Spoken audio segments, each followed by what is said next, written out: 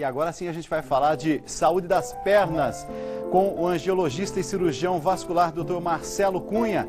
É saúde aqui no Tribuna Independente. Vamos lá.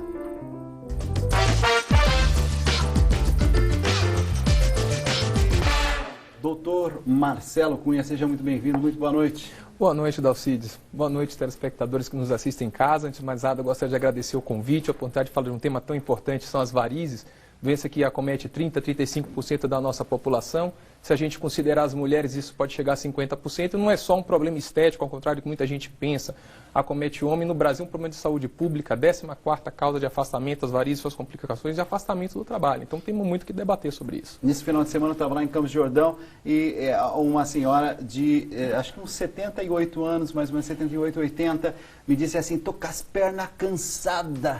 O que significa tô com as pernas cansadas? O que é isso? Bom, a doença de varizes, ela causa vários sintomas nas pernas. Entre eles, mais comuns é o cansaço, sensação de peso, cansaço, queimação, mais no final do dia, mais depois que a pessoa ficou muito tempo de pé. Então, aqui a gente tem vários exemplos de pessoas trabalhando aqui de pé mais de 2 horas. E isso, no final de um expediente de trabalho, a pessoa sente aquela sensação de peso. Isso tem a ver com a circulação das veias das pernas, né? Aquelas pomadas, por exemplo, para pés cansados, pernas cansadas, ajudam? Tem alguma eficiência? Olha, Mentol, comprovação científica em relação a isso é complicado. O que a gente percebe, vários pacientes usam esses cremes, sentem um benefício. Então, mas assim, cientificamente isso é um pouco discutível. Ok. O que assim, a população mais sofre em relação às pernas? O que a população mais sofre em relação a esse cansaço dentro dessa temática? Porque muitas vezes, assim, falta, quem sabe, treinamento físico, a falta de caminhar ali próximo da casa do telespectador, que não sai de casa, fica sempre sentadinho. Isso contribui de alguma forma nessa vida sedentária? Lógico. A gente hoje, que a gente mora em grandes centros urbanos, a gente tem uma vida corrida, muito trabalho, pouco tempo para ter uma alimentação correta, pouco tempo para fazer um exercício adequado. Então, tudo isso vai interferir na saúde de uma maneira geral. A obesidade é um problema, então isso sobrecarrega não só a circulação, como sobrecarrega as articulações, os músculos, e isso também a dor na perna, esse cansaço, ela é multifatorial. Não é apenas a varizes, não é apenas... Vários fatores corroboram para chegar nisso. Do Rio de Janeiro, a Júlia está perguntando sobre varizes. Por que essas varizes aparecem? Bom, para começar, o que são varizes, né? A gente precisa ter uma ideia, o telespectador muitas vezes confunde o que é artéria, o que é veia, para poder entender. A gente pensar, se o coração for a nossa bomba circulatória, então o sangue sai do coração através das artérias. E ele volta, ele chega aos tecidos, os órgãos nutrem esses tecidos e órgãos e eles voltam para o coração através das veias. Então, quando a gente fala de varizes, estamos falando da circulação venosa. Aqui a gente tem um exemplo em azul. A circulação venosa, por sua vez, ela tem a parte profunda, a parte superficial. A parte profunda são as veias próximas aos ossos. São as veias que podem dar trombose com risco de embolia, que a gente pode conversar disso depois. E as veias superficiais é onde aparecem as varizes que as pessoas notam na rua, né? Nesse sistema superficial faz parte a veia safena, que é uma veia que não é do coração, a veia da perna, começa no tornozelo, acaba na virilha, pode estar comprometida também. Essa veia mais grossa, é isso? Não, essas são as profundas, que estão próximas aos ossos. As veias profundas respondem por 85% do retorno de sangue da perna. As veias superficiais, apenas 15%. A safena está nesses 15% superficial. Então, a veia que, por isso, o pessoal tira na cirurgia de varizes e não vai fazer falta, porque ela não é uma veia tão importante para o carregamento do sangue. Ela tem uma série de funções. Tem gente que se preocupa na questão estética da coisa, mas a questão é mais séria que só estética. Lógico, a gente tem dentro do espectro de complicações a parte estética, mas a gente tem uma série de outras. A gente tem sintomas, como a gente já falou, dor, peso, cansaço, queimação, inchaço. A gente tem alterações de pele, então com a evolução da doença de varizes, a pessoa tem alterações, manchas claras, manchas escuras, áreas de atrofia, consequência mais temida que é a úlcera varicosa, são feridas na perna de difícil cicatrização, e tudo isso tem como você evitar se você chega no começo. Não para só aí. Varizes de grosso calibre pode complicar com tromboflebite, que é a formação de coágulo dentro delas, que essa tromboflebite causa dor, fica vermelho, causa mancha permanente e pode até progredir para uma trombose profunda, aquela com risco de embolia. Temos também sangramentos, que pode acontecer pela ruptura de vasinhos dilatados da pele, que chega a ser uma coisa em grande quantidade de perda de sangue. Então, a gente ouve muito falar assim, de varizes nas mulheres. Ou os homens não têm ou se importam menos? Qual que é a realidade? Isso é uma coisa, a realidade é o seguinte, realmente a mulher tem uma incidência de 2 a 3 vezes mais que o homem de varizes. Isso não quer dizer que o homem não tenha. A diferença é que a mulher, ela está habituada desde cedo, ela vai ao ginecologista, ela está acostumada a fazer uma medicina preventiva que o homem não está. O homem ele é muito mais resistente ao médico. E quando você pega o índice de trombose, por exemplo, ele é um pouquinho maior no homem, quase igual, mas as complicações estão. Então o homem, ele deixa a doença evoluir e vai tratar na fase de complicação. A mulher, ela vai mais precocemente no consultório. A gente acaba vendo mais por causa disso também. A Tereza Santos, de Pinhais, no Paraná. Ela quer saber se, por acaso, ter mais filhos, 2, 3, 5, diz ela, aumenta a possibilidade de ter mais varizes. Sim. Varizes não tem uma causa definida. A gente tem vários fatores associados ao aparecimento das varizes. E o número de gestações é um deles, né? Então, a mulher que nunca teve gestação vai ter uma chance menor de ter varizes do que aquela que teve 3, 4, 5. Isso aumenta progressivamente com o número de gestações, né? Além disso, tem outros fatores, como história familiar, obesidade, né? Como a gente já falou, trabalhar de pé. Então, são vários fatores que ajudam no aparecimento das varizes. Usar meia elástica. E tem até várias intensidades, mais compressão média, compressão pouca. Bom, importante a gente falar, meia elástica, a meia medicinal, ela é uma meia especial porque ela tem uma compressão graduada. Ela começa com um grau específico no tornozelo e ela reduz a graduação na medida que sobe na perna. Essas meias têm uma tecnologia por trás disso para isso funcionar direito, por isso que elas têm um custo mais elevado. Elas não são meias que a pessoa pode ir numa loja e comprar sozinha, sem orientação nenhuma. Elas precisam de orientação médica devido às graduações. De maneira geral, a gente pode falar em suave, média e alta compressão, cada uma com a sua indicação. A suave compressão seria para aquela pessoa que tem um pouco de perna cansada, não tem varizes nenhuma, quer fazer uma prevenção. Tá. Legal. A média compressão para pessoas que já têm varizes ou um pouco mais de inchaço, precisa de uma meia melhor para o tratamento delas. E a de alta compressão já são aquelas pessoas com pernas mais complicadas, as que já têm alterações tróficas de pele, as que já tiveram trombose ou úlceras que cicatrizaram, precisam de uma meia mais potente. Temos questões e perguntas de telespectadores. Obrigado você que está fazendo o programa com a gente de todas as partes do Brasil. www.redevida.com.br/Tribuna Independente. Clica lá em Participe ao Vivo. Faça a sua pergunta. Estamos aqui para ajudar você. Levar conhecimento, levar informação. É isso que nós vamos fazer agora com o Paulo. Vamos lá, Paulo. Pois é, Dalcides, os telespectadores participando, a Judite Ramos de Belfort Roxo, ela pergunta o que uma pessoa que tem histórico familiar de varizes pode fazer para preveni-las? Bom, como te falei, né? Doença de varizes multifatorial não tem uma causa definida e, infelizmente, essas causas associadas são complicadas. Você não pode deixar de ter uma história familiar, infelizmente. A gente sabe que quem tem pai e mãe com varizes tem uma chance de 90% de desenvolver varizes.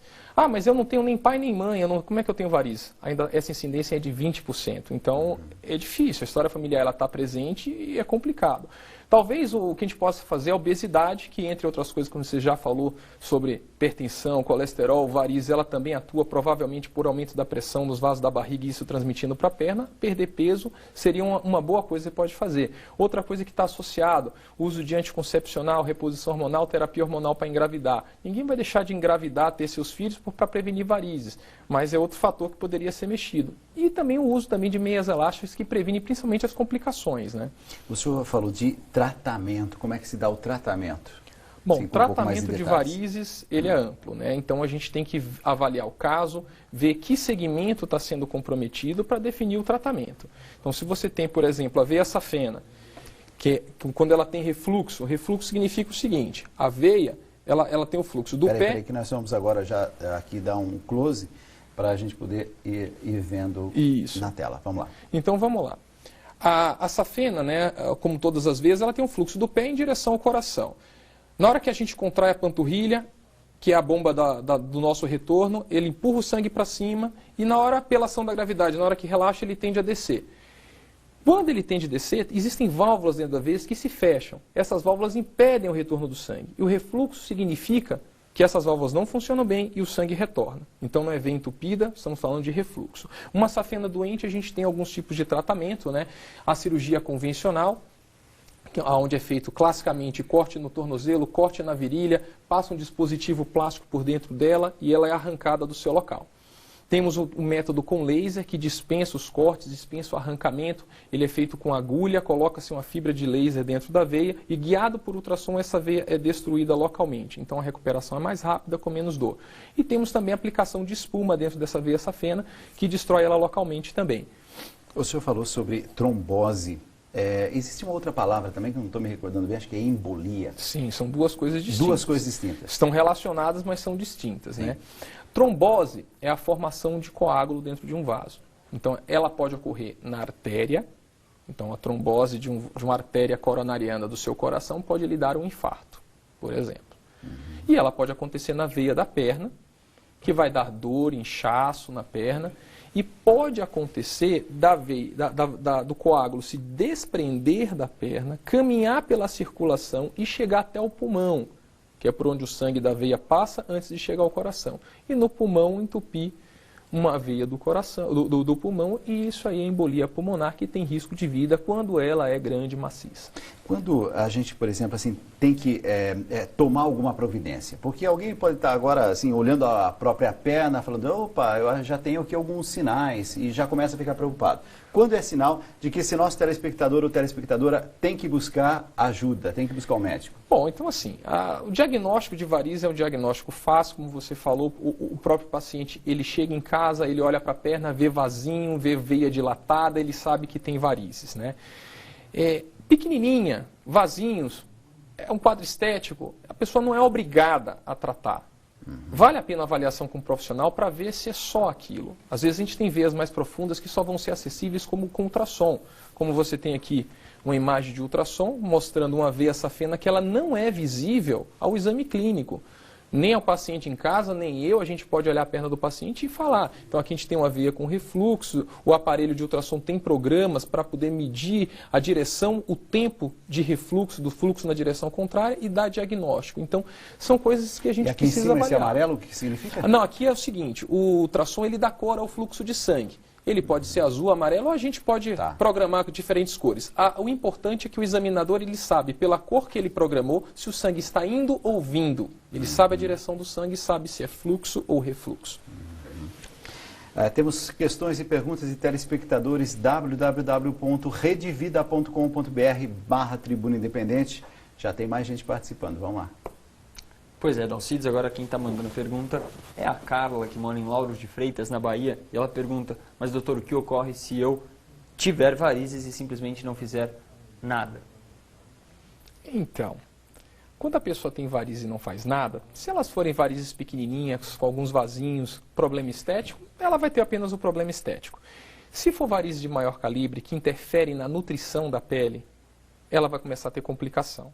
Então, isso acontece, é uma inflamação causada pela hipertensão da veia a nível microscópico na pele. Então, o que a gente vai ver é aquela pele vermelha que coça, que é o eczema, a gente vai ver as áreas de induração, né?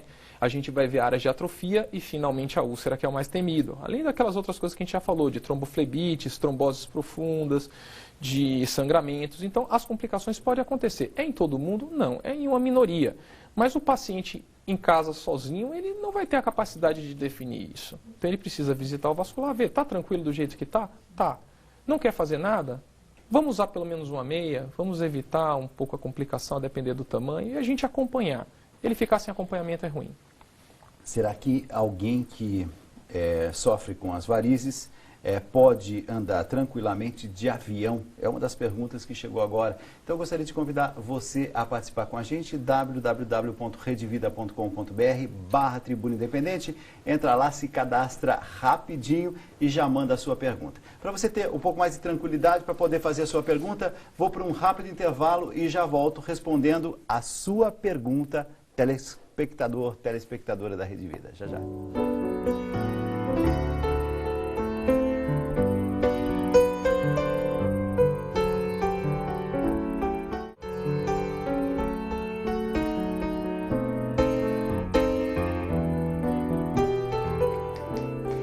de volta com o Tribuna Independente nesta noite em que falamos sobre pernas cansadas, varizes, com o Dr. Marcelo Cunha, angiologista, cirurgião vascular. Dr. Marcelo, eu terminei o bloco anterior falando sobre andar de avião. Algumas pessoas dizem, nossa, quando eu ando de avião parece que a coisa piora. Piora mesmo?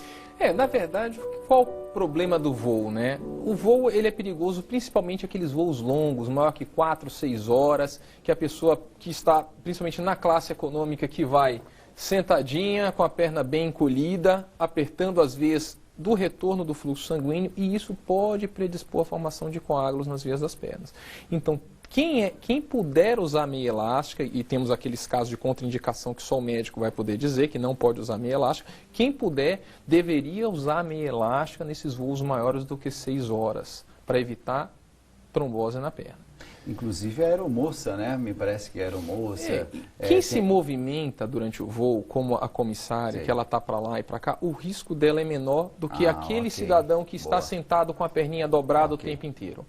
Então, se levantar de vez em quando é uma coisa indicada. E o próprio movimento, às vezes a gente faz um movimento com as panturrilhas, mesmo sentado, isso é para quem trabalha em escritório também, não é só quem está em pé, né, trabalha. Quem trabalha o dia inteiro sentado não movimenta a panturrilha, que a gente falou da bomba muscular, que ajuda no retorno do sangue. Então, quem pudesse movimentar no seu trabalho, dar uma caminhadinha durante o dia, isso é importante para a circulação. Eu estou vendo aqui alguns equipamentos preparados. O que é isso? Então, a gente tem as meias elásticas e quem já usou, principalmente as meias de maior compressão, a média ou alta compressão, tem dificuldade. Público idoso, tem a mão mais fraca, às vezes é gordinho, difícil de colocar. E o mercado disponibiliza aí várias marcas de estruturas que você pode, por exemplo, calçar meia para facilitar a introdução do pé e posteriormente levantar a meia. Existem outros produtos também, esse aqui... Enfia o pé por aqui, enfia o pé e aqui a pessoa consegue depois puxar a meia, porque o mais difícil, a maior compressão, como eu te falei, é no nível do tornozelo.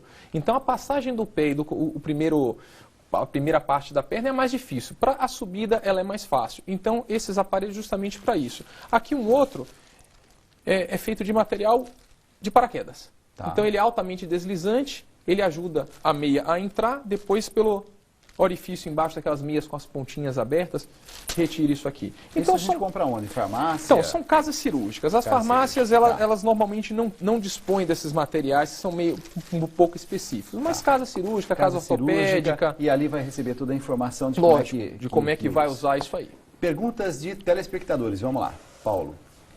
Pois é, Dalcides, falando sobre justamente a meia elástica, tem muitos telespectadores perguntando, doutor, você falou um pouquinho agora das contraindicações do seu uso, e aí a gente tem agora o Guilherme de Bento Gonçalves perguntando se qualquer pessoa que pode usar, só com a indicação do médico, e em que situações do dia a dia que ele usaria. Então, como a gente falou, primeiro, qual é a principal contraindicação? É a pessoa que tem obstrução na artéria da perna, e para isso ela vai precisar de um médico para avaliar. Quem são as pessoas que estão em maior risco disso ter? São as pessoas mais idosas, pessoas que têm hipertensão, que são tabagistas, que fumam, pessoas com diabetes. Essas são um grupo de risco para essas obstruções arteriais e essas precisam muito de avaliação antes de colocar uma meia elástica. A meia de suave compressão, ela é vendida sem receita. Então, a pessoa que não tem fator de risco, que é jovem, poderia usar, né? As outras, meia de média compressão, ele exige a prescrição médica, de alta também. Então precisa da avaliação médica. A Dejane Franco, de Fortaleza, no Ceará, diz assim: boa noite, doutor, eu gostaria de saber se os exercícios de musculação podem causar varizes por conta do peso. Então, esse é um tema discutível. Quando a gente fala uma coisa causa uma doença, isso exige estudo científico. Isso exige acompanhar uma população por um determinado tempo e estudar e ver se aparece. Estudo científico sólido para comprovar que a musculação causa varizes, eu desconheço. O que a gente pode concluir é o seguinte: as pessoas que fazem musculação pesada, que querem crescer massa muscular, ficar forte, aquele com os fins estéticos, fazem muita compressão abdominal, essa compressão transmite a pressão para a perna e tem, teoricamente, a possibilidade de aumentar varizes. Uma musculação saudável, um pilates, que provavelmente não vai aumentar suas varizes. E, inclusive, vai trazer outros benefícios, como perda de massa óssea, perda de massa muscular, que é importante a pessoa ter durante a vida. Eu estou gostando das coisas aqui, mas não sei para que serve. A gente trouxe aqui algumas coisas para poder falar dos tratamentos, né, rapidamente, as pessoas terem noção. A gente falou agora há pouco da retirada da safena clássica. A retirada clássica é feita com a introdução de dispositivos dentro da veia, né? Como eu te falei, a gente fazia uma incisão embaixo, passa um dispositivo por dentro da safena. Lá em cima na virilha é colocada uma ponta que fica mais larga que a veia, para que quando a gente tracione esse conjunto, ele arranque a veia do lugar. A gente fala também, a gente não chegou a falar da microcirurgia, mas isso é feito, a retirada das pequenas varizes. A gente tem lâminas pequenas que fazem pequenas incisões na pele, a depender do tamanho da veia, a gente pode usar diferentes lâminas e com agulhas de crochê de vários calibres. Essas veias são retiradas através de incisões bem estéticas, então ficam cicatrizes praticamente imperceptíveis. E o que você está segurando aqui são 2 seringas para se confeccionar espuma, né? A espuma é a mistura de um medicamento detergente chamado polidocanol com ar. Então a gente pode passa essa medicação de uma seringa para outra. Na hora que isso se mistura, forma uma espuma. E essa espuma tem várias concentrações do medicamento, né? E é essa espuma que é colocada dentro da veia e consegue secar veias grandes até como a safena. Lógico que cada caso a gente precisa discutir individualmente. Isso tudo é feito no hospital? Então, tem procedimentos feitos em hospital, tem procedimentos feitos em consultório. Vai depender do tamanho, isso aí precisa de uma avaliação bonitinha no consultório para a gente definir. A Silvia Paz diz assim: eu fiz cirurgia há 10 anos, onde eu tinha varizes mais evidentes, ficou um hematoma e nunca mais foi embora. Eu queria saber se é comum e se tem tratamento estético para isso. Eu fiz o repouso correto. Fiz sim, Silvia Paz. Bom, falando um pouco então, pós-operatório de varizes, uma das coisas que a gente tem medo são manchas na perna, né? Tem pessoas que têm manchas verdadeiras, que é um escurecimento da camada mais superficial da pele, que isso pode ser tratado com ácidos, aplicação de ácido e clareadores para poder tirar essa mancha, tá? Então existe tratamento para mancha nas pernas. Mas depois de cirurgia de varizes também tem os vasinhos, aqueles vasos dilatados da camada mais superficial da pele, a derme, que muitos pacientes confundem com manchas, e que na verdade são vasos dilatados que precisam fazer aplicação, que é a injeção de substância para poder destruir aquele vasinho. Mais questões e perguntas de telespectadores. Paulo, vamos lá. Pois é, Dalcides, agora a gente tem muitos telespectadores falando também de trombose, falando de embolia. O Érico, que mora aqui no interior de São Paulo, em Limeira, ele pergunta, quer saber de novo qual é a diferença clara entre trombose e embolia. Ele não entendeu muito bem. Quando que um coágulo se chama trombo, quando que ele se chama êmbolo? Então, a trombose é a formação do coágulo na veia. Quando um coágulo se desprende, ele é chamado de êmbolo. Então, êmbolo é aquela coisinha viajando na circulação até ele parar em algum lugar. Aquele local que ele parou foi o local da embolia. Tá? Então, é essa a diferença. É o coágulo na perna, trombo. Está viajando na circulação, êmbolo. Entendi. O Luiz Carlos Monteiro é de Limeira, interior de São Paulo. Ele diz assim: doutor, eu tive trombose devido a uma fratura na fíbula em 2011. Já fiz tratamento ultrassom, embora os médicos me liberaram do tratamento. Porém, minha perna não desincha. Há algum tratamento ainda a ser feito? Então, aqui quando a pessoa tem um trauma na perna, a gente tem que primeiro saber que trauma foi esse, se houve esmagamento dos tecidos, esmagamento de pele, músculo, houve fratura, houve trombose.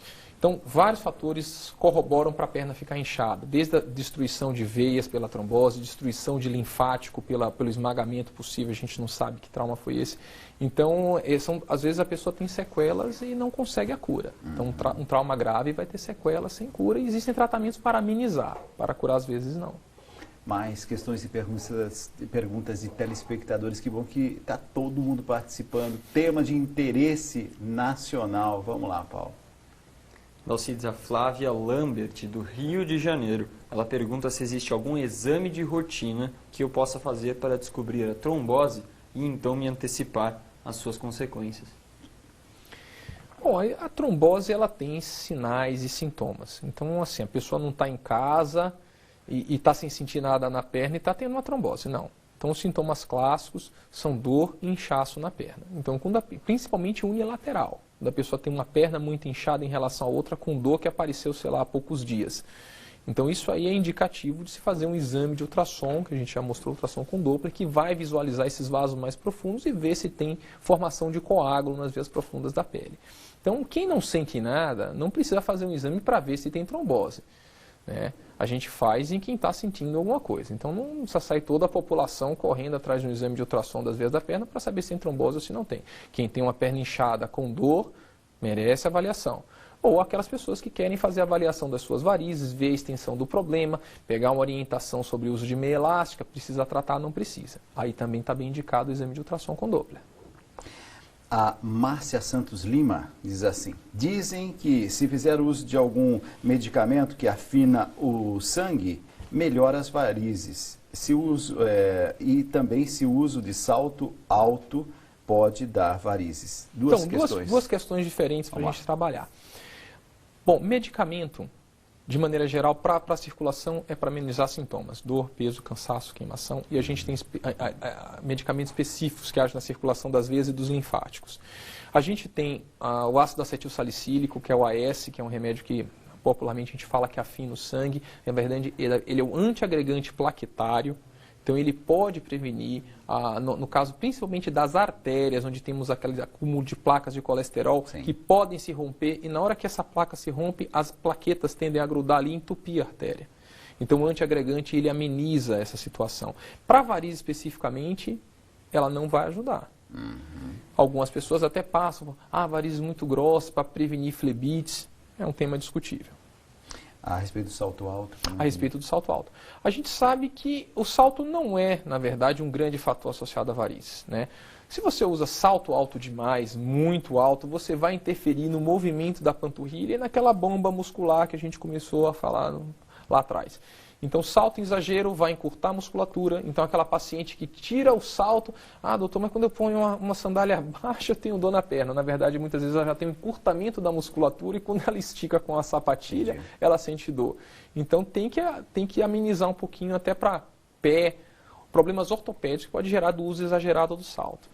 Quando é que é indicada, recomendada a cirurgia? Tem várias perguntas nessa linha a respeito de cirurgia. Tem muita gente também com receio, com medo de fazer a cirurgia.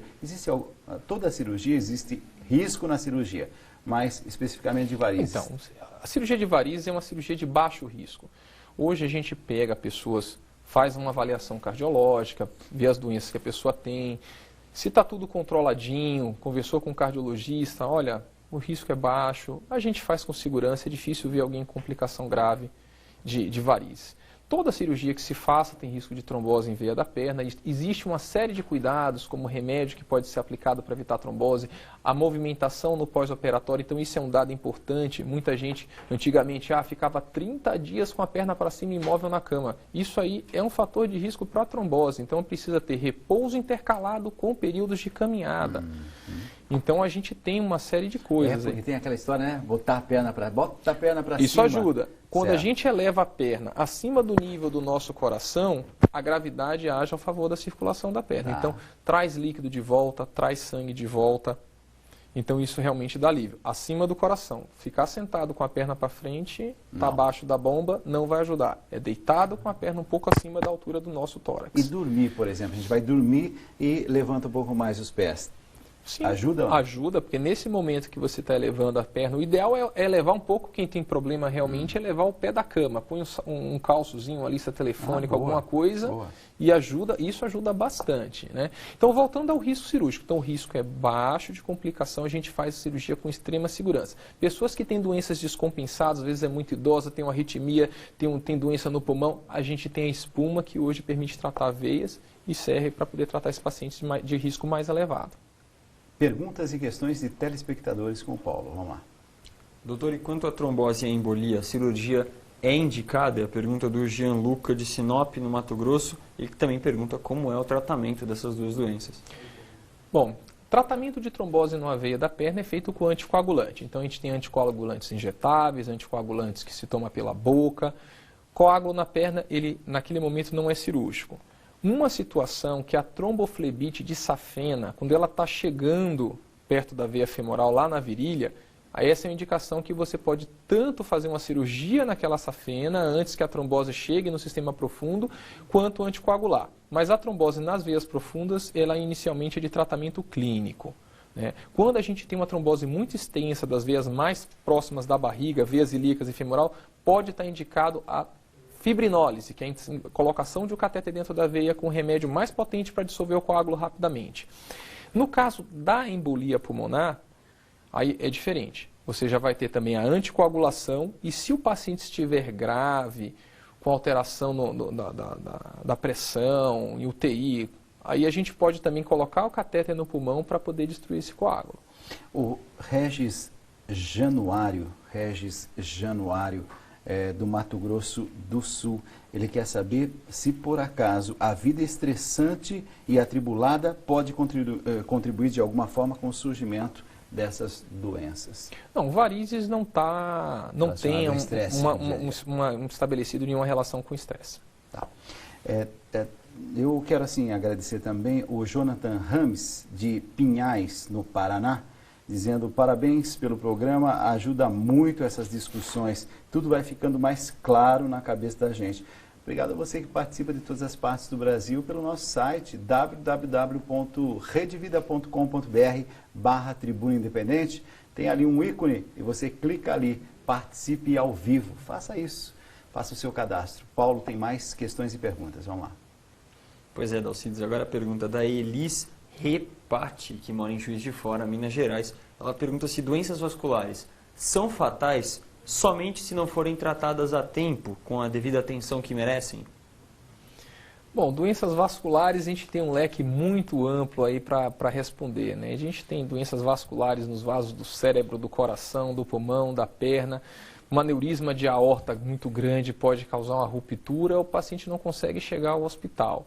E varizes de pequeno calibre não vão representar risco de vida nenhum. Então, uma pergunta ampla demais para a gente poder dar uma resposta única. Isso aí precisa ser mais especificado. É fazer caminhada todos os dias. Tem assim, o excesso pode também prejudicar? Tudo em excesso é ruim. Exercício também. Então, se a pessoa caminha demais, ela vai sobrecarregar as articulações, ela vai começar a ter dor. Então, é bom um exercício, 45 minutos a 1 hora diariamente, pode descansar 1, 2 dias do final de semana, está de bom tamanho. Quem tiver uma aptidão física maior, deseja fazer um trabalho mais adequado, um profissional da área de educação física vai poder organizar um trabalho de musculação, como a gente comentou, ou de pilates, que também vai trabalhar melhor a musculatura, e até aqueles que querem passar disso, correr, levar uma vida mais saudável. Então, isso vale a pena. Eu conheci um senhor assim, muito idoso e tal, mas tinha uma grande sabedoria. Ao mesmo tempo, ele tinha assim, várias manias. E uma das manias era, antes de deitar, antes de dormir, tinha água quente e colocava os pés na água quente. E depois até a gente dava de presente um sais, alguma coisinha assim. Isso é assim, um mito ou faz parte de alguma coisa que realmente pode ajudar? Isso não está no rol de tratamentos gerais, a pessoa fazer um banho nos pés de água quente, mas é aquela coisa, né? Às vezes a pessoa mais idosa, ela vai ter pequenas artroses nos pés, processos inflamatórios crônicos, que quando a gente faz o calor local, isso é amenizado. Então, se não for muito quente para a pessoa queimar o pé e ela se sentir bem, não vejo problema. E às vezes psicologicamente também. Mas exatamente.